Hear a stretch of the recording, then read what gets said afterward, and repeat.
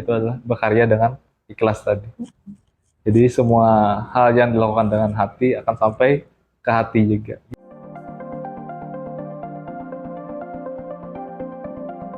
Perkenalkan, nama saya Muhammad Azmi Arif. Saat ini kesibukan saya ngajar di salah satu sekolah jurusan film di Banjarmasin. Terus kesibukan lainnya biasanya saya ngambil pekerjaan di bidang audiovisual, entah itu dokumentasi, video profile, terus bikin film pendek, dan juga ngambil job weddingan gitu. Terus pernah terlibat juga di beberapa produksi film panjang di Banjarmasin. Wah. Terus sudah ini kan kakak berada di dunia fotografi Hmm. ya. Udah berapa lama sih kak? Kalau ditanya berapa lama terlibat di bidang seni audiovisual, ya, bisa kita sebut di bidang seni audiovisual, karena bidang yang saya geluti yang pertama semenjak saya duduk di bangku sekolah SMA, terus di kelas 3 di situ saya mulai menyukai fotografi. Kenapa jadi suka? Karena suka foto-foto gitu, nah, foto-foto diri sendiri mungkin Tiga apa eksis. itu kak? Tiga apa? 3 SMA. Oh, tiga SMA ya. Nah, suka eksis, terus suka lihat foto-foto bagus di Facebook saat itu. Terus setelah lihat foto-foto bagus, ada komunitas yang ingin saya ikuti dan ingin memperdalam bidang fotografi tadi. Nah, salah satu bidang komunitasnya itu namanya fotografi konseptual sinematografi. Nah, itu saya gabung di tahun 2016. Nah, di situ saya belajar banyak, punya banyak teman juga, terus banyak bikin karya bersama kawan-kawan fotografi konseptual dan sinematografi. Mungkin itu bisa dibilang langkah awal untuk mengenal dunia fotografi tadi.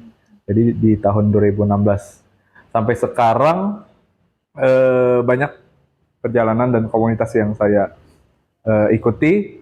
Dari karya ke karya, dari workshop ke workshop, saya mulai memahami bagaimana cara kerja bidang seni audiovisual tadi. Terus dari karya ke karya membawa saya ke beberapa penghargaan yang pernah saya raih, entah itu di lokal maupun di nasional gitu. Terus saat itu salah satu karya saya jadi contoh, dan kami lolos seleksi untuk mengikuti kegiatan workshop kementerian yang saat itu ada Kementerian Pusat Perkembangan Perfilman.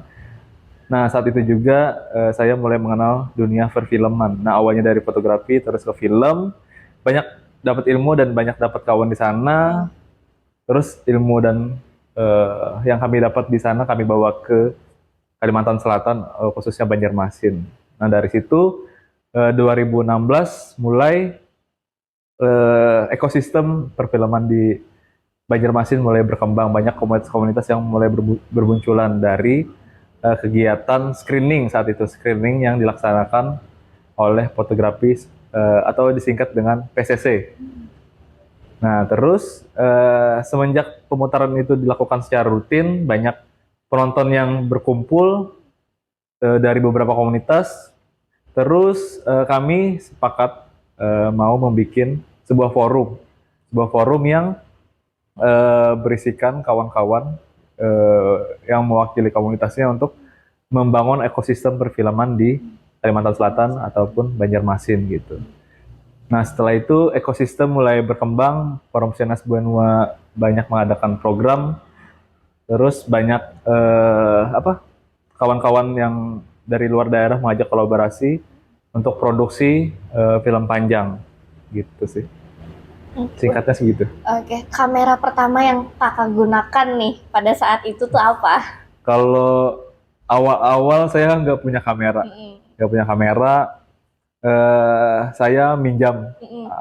Untungnya teman-teman saya semuanya baik, jadi saya minjam ke A dulu, terus kalau A kameranya nggak pakai, minjam yang ke B. Nah, itu untungnya kita punya banyak teman dan punya komunitas yang sehobi. Nah, dari banyak teman saya belajar dari beberapa kamera yang mereka miliki, terus mulai bisa dan tertarik, baru mencoba untuk memiliki kamera. Nah, kamera yang pertama saya miliki adalah kamera Canon 5500D, dan itu pun saya beli dari teman saya, dan second sih gitu. Oke, oke. Nah, apa nih kira-kira yang membuat kakak itu bisa tertarik dengan dunia fotografi itu? Apa yang memulai kakak jadi melangkahkan kaki ke sana? Oh ya, di dunia fotografi, kalau saya dari kecil suka hal-hal yang bentuknya visual. Kalau SD biasanya di buku-buku catatan saya sering gambar. Terus di SMA mulai apa? Ada kamera yang kayaknya ini bisa menjadi hal yang saya sukai gitu. Nah, saat itu foto-foto di sekolah, bikin video tentang catatan akhir sekolah yang sebelumnya belum pernah ada dilakukan oleh angkatan lain, dan di angkatan kami itu kami lakukan. Ya, kenapa jadi suka di fotografi, karena kita bisa merekam dan menangkap momen di fotografi tadi. Nah, gitu sih. Menjadi seorang fotografer itu butuh dana yang besar nggak sih, Kak? Untuk menjadi seorang fotografer, tergantung. Kalau kita tujuannya untuk belajar, untuk sebagai pemula, kalau bisa pakai alat yang kalian miliki dulu. Terus kalau sudah bisa dan paham tentang fotografi tadi, baru kita beli peralatan atau perlengkapan sesuai kebutuhan yang mengarah ke profesi fotografi tadi. Terus yang perlu diperhatikan, kamera terbaik adalah kamera yang paling Anda kuasai, bukan kamera yang paling mahal Anda beli. Achievement paling berkesan nih dari yang sudah kakak dapatkan? Kalau achievement yang pernah saya dapatkan itu sebenarnya banyak ya. Jadi nggak bisa disebutin satu-satu. Tapi yang paling berkesan yaitu di fotografi. Saat itu ada Kalimantan Post mengadakan lomba foto OTS langsung di tempat. Terus saat itu banyak fotografer lain yang hebat-hebat, dan saat itu saya cuma memiliki kamera pocket.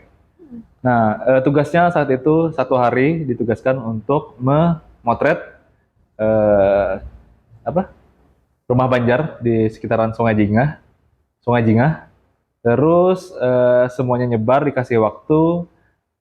Nah, saat itu ada satu foto saya yang menarik, di mana saya mengabadikan satu buah rumah Banjar, dan di depannya ada nenek dan anak yang lagi bermain di depan rumah Banjar tadi. Dan alhamdulillahnya setelah pengumuman, foto itu menjadi salah satu foto terbaik di event tersebut. Nah, mungkin itu hal yang berkesan ya menurut saya, karena banyaknya fotografer yang memakai kamera profesional, tanda kutip, terus saya hanya memakai kamera yang saya miliki, yaitu kamera pocket. Tapi hasilnya tidak kalah dengan kamera-kamera yang lain gitu sih. Terus eh, penghargaan lainnya kalau di bidang film, mungkin ini bisa jadi bantu loncatan saya ya untuk terjun di dunia film, yaitu tahun 2016 atau 17 saya garap film, judulnya Miniatur. Saat saat ini Miniatur jadi nama PH atau usaha saya di bidang audiovisual, karena di film Miniatur itu adalah garapan film pertama saya, dan film itu mendapatkan prestasi atau penghargaan juara satu film terbaik se-Kalimantan Selatan, dan juara atau film favorit se-Kalimantan Selatan. Jadi langsung mendapatkan dua penghargaan sekaligus gitu untuk film Miniatur dan film yang pertama kali saya buat gitu. Pengalaman teremes nih saat kakak menjadi seorang fotografer itu apa? Pengalaman yang teramazing yang pernah saya lewati atau alami, yang pertama saya pernah produksi di pinggir sungai, produksi film, dan saya tidak sadar bahwa lensa yang saya gunakan itu nyemplung ke sungai. Nah, terus produksi tertunda, karena semuanya sibuk mencari lensa yang kecebur tadi. Hmm. Dari beberapa kru ada yang nyelam tapi masih nggak ketemu, dan dibantu beberapa warga untuk menemukan lensa tadi tapi tidak ketemu juga. Terus selain lensa kecebur ada juga teman saya yang kecebur. Di mana teman saya itu kan kami kan produksinya di sungai dan menggunakan perahu atau jukung ya istilah di Banjarmasin. Terus teman saya ini mau pindah ke perahu satu ke perahu dua. Terus setelah proses pindah perahunya jadi melebar. Terus teman saya itu pegang sampai dia jatuh ke sungai gitu. Itu sih keseruannya kalau hal-hal yang teramazing dalam produksi saya. Terus ada momen yang menarik juga di mana saya disuruh oleh kepolisian saat itu di Kota Baru. Saya disuruh sama teman saya untuk mengambil proses pengibaran bendera Agustusan di dalam laut. Nah, saat itu ada beberapa polisi yang mengibarkan bendera dalam laut. Itu sangat susah karena kami belum terbiasa dengan situasi di tengah laut dan perlu banyak tenaga untuk menyelam. Sudah beberapa kali dicoba, terus kaki ini beberapa kali menginjak terumbu karang dan terluka. Akhirnya kita ganti dengan orang yang bisa menyelam, dan saat itu orang lokal sana yang akhirnya mengambil gambar karena kami tidak pernah nyelam ke dalam laut tadi. Jadi biar gambarnya bagus dan hasilnya juga lumayan. Jadi yang bisa nyelam yang kami suruh gitu sih. Itu walaupun dia bisa menyelam, tapi bisa motret nggak Kak? Nah itu sih masalahnya. Jadi yang diambil saat itu momennya, karena sudah beberapa kali coba karena nggak bisa juga. Jadi momennya aja kalau settingan kameranya itu sudah diatur, tapi komposisinya nggak maksimal sih jadinya gitu. Iya. Kalau menurut Kakak nih apa bedanya sih? Itu kan ibaratnya tukang motret nih, tukang motret sama fotografer beda kan ya kayak. Ya, kalau di di profesi fotografi itu biasanya ada sertifikasi kompetensi. Nah, jadi di situ kita bisa membedakan di mana orang yang bisa motret dan tahu ilmu tentang fotografinya, bukan asal potret-potret aja. Kalau semua motret itu semua pasti bisa kan, tapi ada standar yang harus dipatuhi dan ditaati untuk keprofesionalan tadi gitu. Project yang pernah Kakak jalani dan sekarang lagi digarap apa ya Kak? Saya pernah terlibat di salah satu film yang baru digarap oleh pemerintah kota ya. Judulnya Jendela Seribu Sungai. Nah, di situ tim intinya itu dari Jakarta, terus ada beberapa tim lokal yang dilibatkan, dan salah satunya saya di sana terlibat sebagai behind the scene, di mana tugas saya di sana mengabadikan momen-momen penting dalam pembuatan film tersebut. Terus ada beberapa peristiwa yang saya bikin konten dan akhirnya ramai, entah itu di TikTok atau di Instagram. Mungkin orang-orang penasaran ya bagaimana sih proses pembuatan film panjang Jendela Seribu Sungai tadi gitu. Kalau project yang sekarang digarap apa? Lagi on proses? Doakan, saat ini saya lagi menggarap sama teman-teman proses pengembangan ide cerita. Mungkin kami mau ngangkat satu tokoh di Kalimantan Selatan. Jadi ini film biografi ya, bisa kita katakan biografi. Kita akan menceritakan satu tokoh dan hal apa yang mereka lakukan untuk daerah kita gitu. Nah itu yang lagi dikembangkan saat ini. Nanti kalau disepakati dan disetujui dari pihak sana, mungkin kita bisa langsung produksi.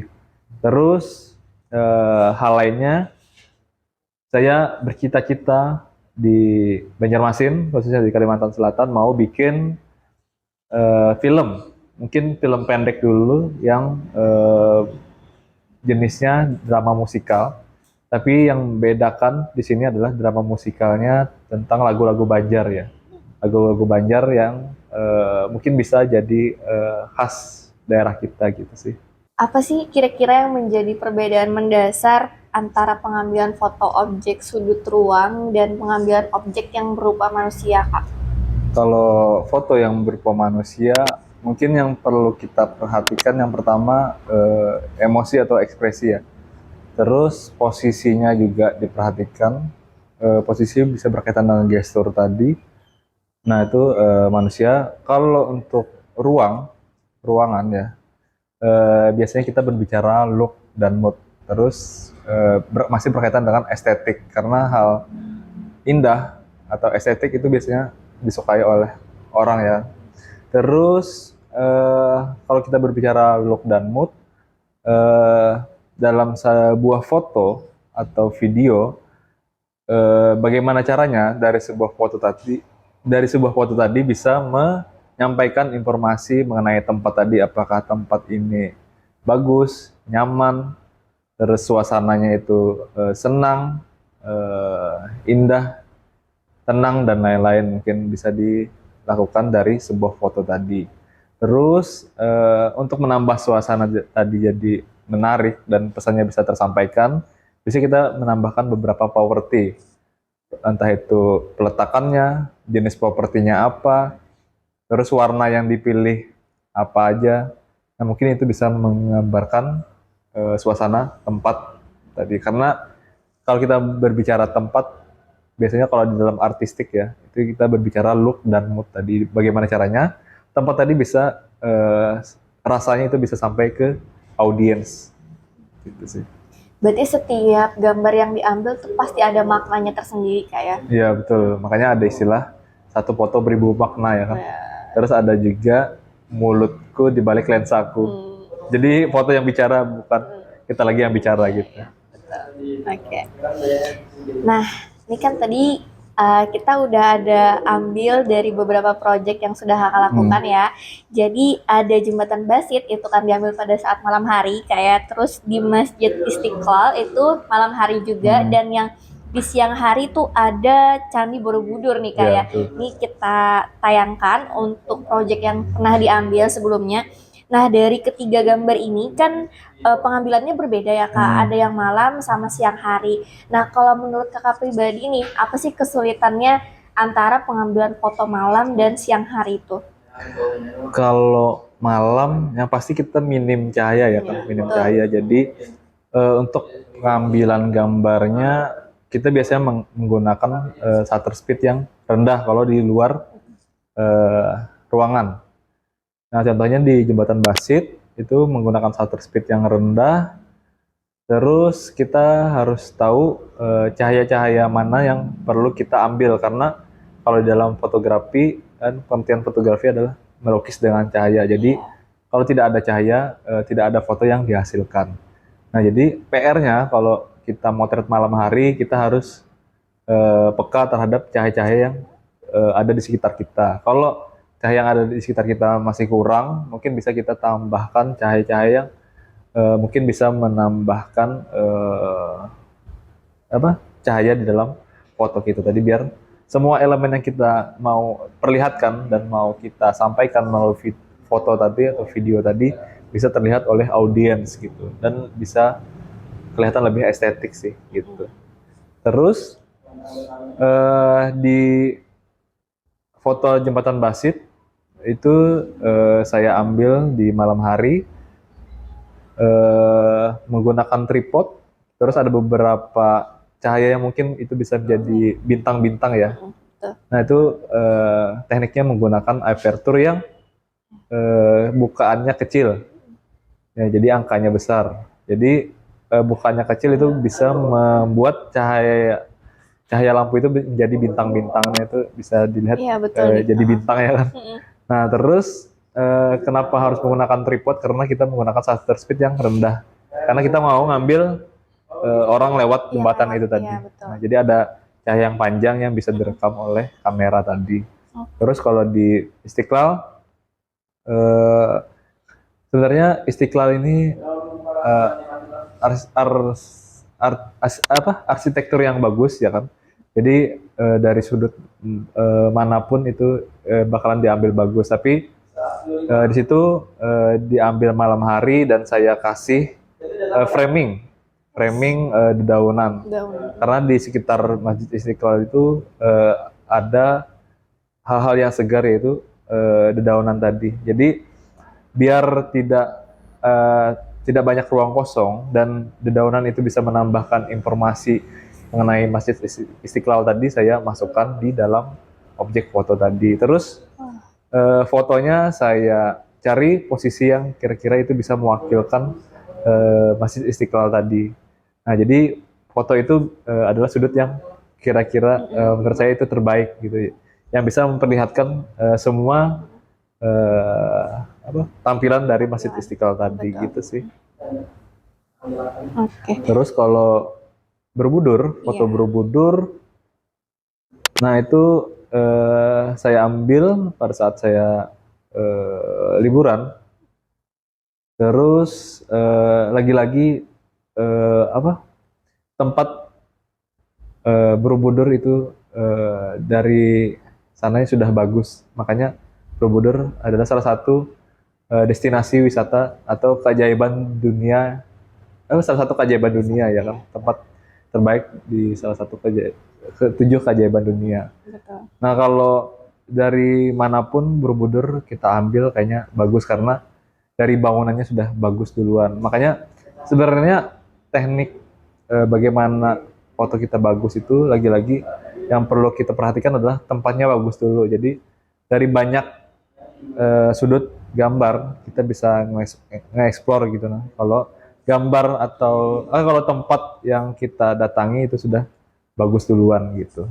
Nah, kalau siang hari yang perlu kita perhatikan yang pertama yaitu peletakan cahaya. Ayo.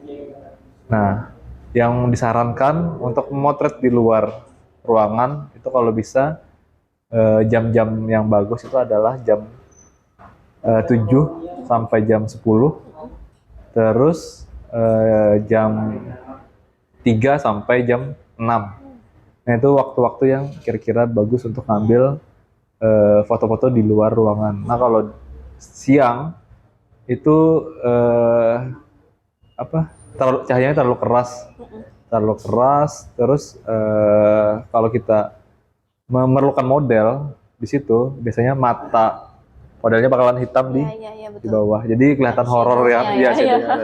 kalau sama karena terlalu panas tadi itu bisa menguras tenaga kita juga Betul. untuk mengambil foto tadi. Jadi yang disarankan itu pagi sama sore tadi gitu. Tapi kalau memang mau ngambil siang itu boleh, tapi sesuai kebutuhan. Oke, kita udah bedah project kan ya sebelumnya tadi Kak. Nah, kita masuk nih ke topik utama kita. Kira-kira apa sih hal-hal yang perlu dipersiapkan untuk pengambilan foto eksterior dan interior? Karena yang kita tahu para arsitektur itu pasti mengabadikan project-project mereka nih Kak ya, baik eksterior maupun dalam ruangan nih, interior. Nah, kalau dari Kakak pribadi apa aja sih hal-hal yang perlu dipersiapkan dulu Kak?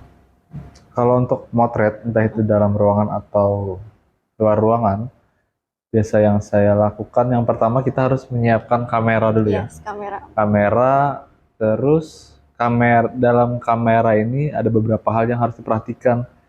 Terus settingan yang biasa digunakan biar foto kita itu bisa sesuai dengan apa yang kita inginkan, makanya kita setting manual.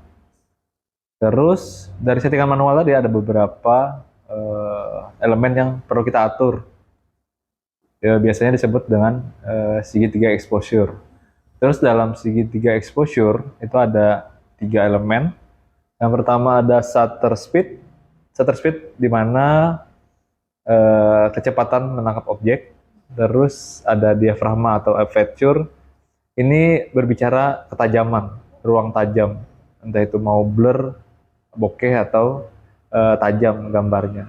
Itu akan kita setting di diafragma atau aperture tadi. Terus yang ketiga ada ISO.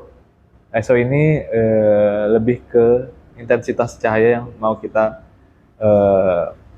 gunakan atau kita pakai. Tapi semakin tinggi ISO, noise yang akan muncul itu akan lebih banyak. Noise itu adalah bintik-bintik yang sering muncul di kamera kalau kameranya itu kurang cahaya gitu sih. Nah terus setelah kamera, yang perlu diperhatikan adalah pemilihan lensa. Nah karena kita tadi berbicara bukaan atau aperture,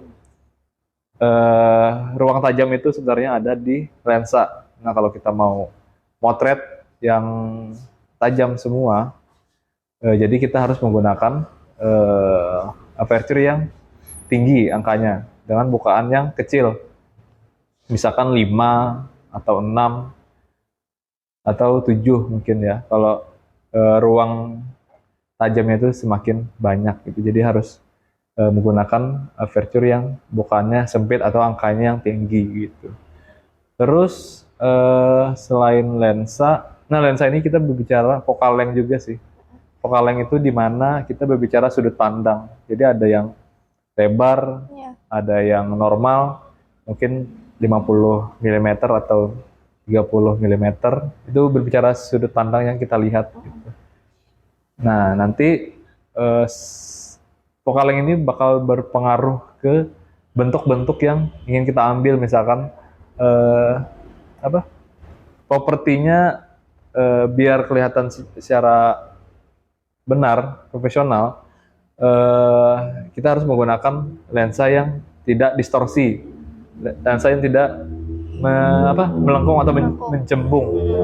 Nah itu biasanya menggunakan lensa 35, 50 mungkin, yang itu mungkin bisa setara dengan penglihatan kita. Nah kalau menggunakan lensa di bawah itu benda-benda yang kita lihat itu bakal berbeda dengan bentuk aslinya gitu sih. Nah terus misalkan kita memoto sebuah bangunan biar bangunannya tidak miring, biasanya menggunakan focal length yang tinggi, misalkan 85 atau 200 atau ya sekitaran itulah. Nah jadi gedung itu benar-benar kelihatan sempurna gitu, nggak miring dan nggak mencembung gitu. Nah terus kita harus ngambil dari jarak jauh karena kita menggunakan focal length yang sempit ya kan. Nah gitu, karena berbicara 85 atau 200 tadi gitu. Terus ada lensa khusus sih sebenarnya, namanya tilt shift. Itu tujuannya untuk membuat gedung itu tidak distorsi atau tidak tidak besar di bawah atau tidak besar di atas. Jadi itu ada namanya tilt shift. Biasanya lensa itu bisa dikataskan atau dikebawahkan. Itu mengurangi distorsi sih, tapi lensanya biasanya dimiliki oleh fotografer-fotografer yang memang fokus ke foto gedung atau foto-foto bangunan gitu sih. Terus selain lensa, yang perlu kita siapkan yaitu tripod untuk menyangga kamera tadi. Nah tripod ini kalau bisa pilih yang bagus ya, yang bagus biar kamera yang kita taruh itu tidak mudah jatuh. Terus di tripod itu kalau bisa kita taruh pemberat. Kalau kita memotret di luar ruangan, takutnya kena angin bisa jatuh dan hilang ya kan, dan rusak gitu. Nah kenapa jadi menggunakan tripod? Biar kita bisa menyeting beberapa elemen di dalam foto tadi gitu. Terus kita juga bisa menggunakan shutter speed yang rendah.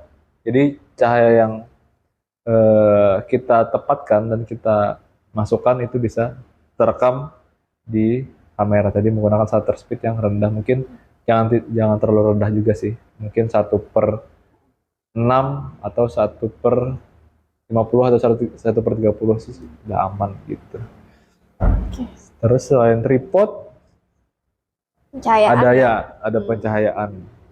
Kalau pencahayaan ada 2 jenis ya, ada alami dan ada cahaya buatan. Cahaya buatan ini mungkin seperti lampu atau lighting yang digunakan biasanya untuk pemotretan atau pembuatan video.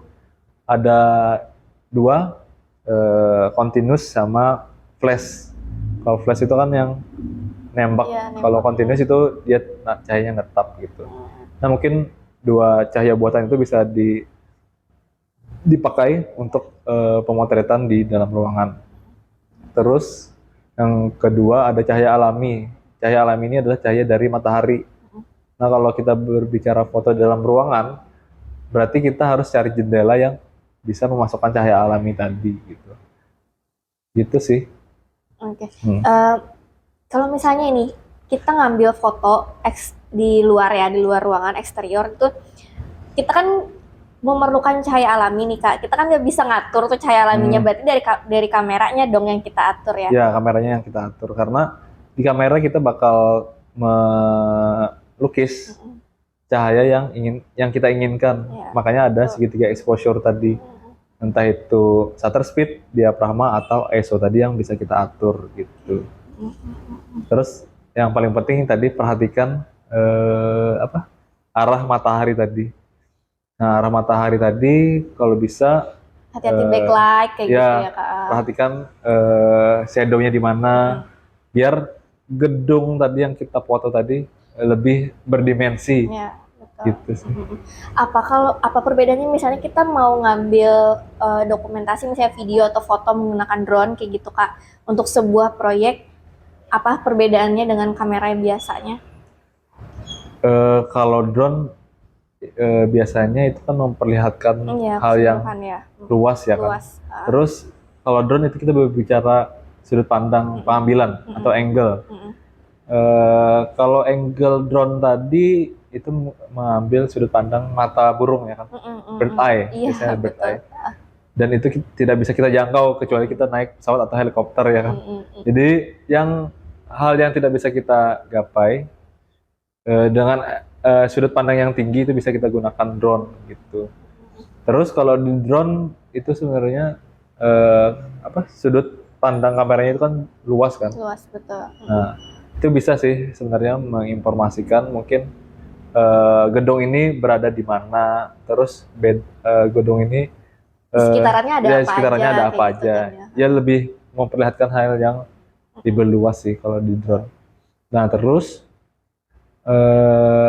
kalau kamera itu kan kita bisa mengeksplor bagian-bagian yang mungkin detail dari gedung atau ruangan tadi.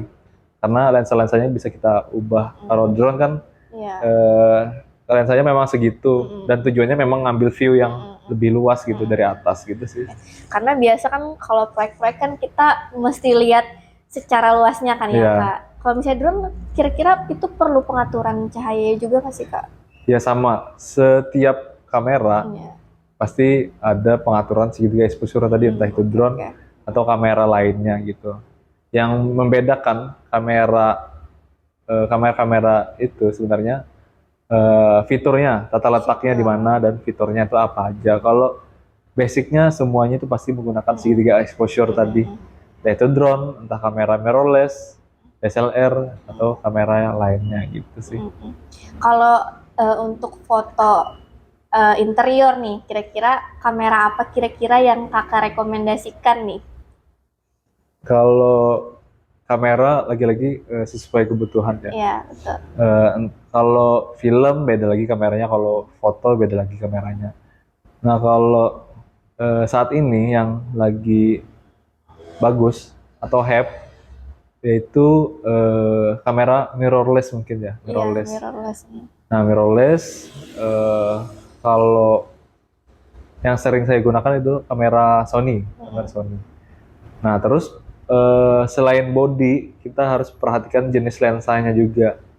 Nah karena dari lensa itu biasanya memunculkan warna. Kalau lensanya mahal biasanya warna yang dimunculkan itu jadi lebih bagus gitu. Sama beda artinya gambarnya bakalan beda gitu dengan lensa-lensa yang lain. Ya ada harga ada kualitas lah gitu. Oke. Kalau untuk foto eksterior kira-kira apa yang Kakak rekomendasikan kameranya? Kalau kamera sih sebenarnya sama aja sih ya. Jadi yang perlu diperhatikan, kita mau bikin foto apa sih sebenarnya. Jadi dari kamera yang kita miliki, mungkin itu bisa kita sesuaikan dengan kebutuhan kita tadi. Nah, biasanya sebelum kita melakukan project atau pemotretan, biasanya ada proses survei, Mm-mm. survei atau bikin konsep foto apa yang ingin kita buat. Betul. Nah, dari situ baru kita tahu kebutuhan kamera kita apa, lensa kita apa, dan kita bakal membuat foto seperti apa gitu sih.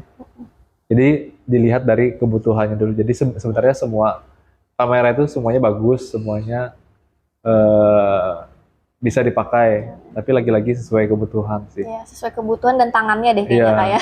sama yang pertama kita bisa dulu. Iya, bisa dulu. Terus Betul. pakai alat yang kita kuasai, Iya, mungkin itu betul. sih.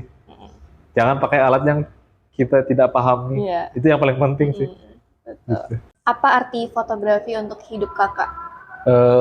Fotografi mulai awal sampai saat ini membawa saya ke banyak peristiwa yang mungkin bisa jadi pelajaran ya dalam pemilihan dan keputusan hidup saya sampai saat ini. Terus dari fotografi, saya juga bisa menyampaikan suatu hal melalui sebuah foto atau video ke halayak yang lebih luas gitu. Jadi fotografi bisa jadi sebuah media ya. Terus fotografi menyadarkanku bahwa setiap momen atau peristiwa itu sangat berharga dan mungkin sewaktu-waktu bisa kita kenang lagi gitu sih. Ada nggak kutipan nih buat para penonton untuk dunia fotografi itu? Mungkin saat ini kalau kalian bingung dan tidak tahu melakukan apa-apa, mungkin khususnya untuk kaum muda ya, mungkin yang bisa kalian lakukan saat ini adalah berkarya. Muda berkarya, tua bercerita. Dan karya yang kalian buat kalau bisa itu dilakukan dengan hati atau bisa eh, dimasukkan motonya yaitu adalah berkarya dengan ikhlas tadi. Jadi semua hal yang dilakukan dengan hati akan sampai ke hati juga, gitu sih. Oke. Jadi untuk kalian yang lagi nonton video ini, saya ingat salah satu quote yang pernah saya baca, yaitu muda berkarya, tua bercerita. Jadi kalau saat ini kalian bingung, buatlah sebuah karya dan buat karya itu dengan ikhlas seperti moto yang sering saya pegang dalam saya membuat sebuah karya. Terus saya percaya karya yang dari hati akan sampai ke hati.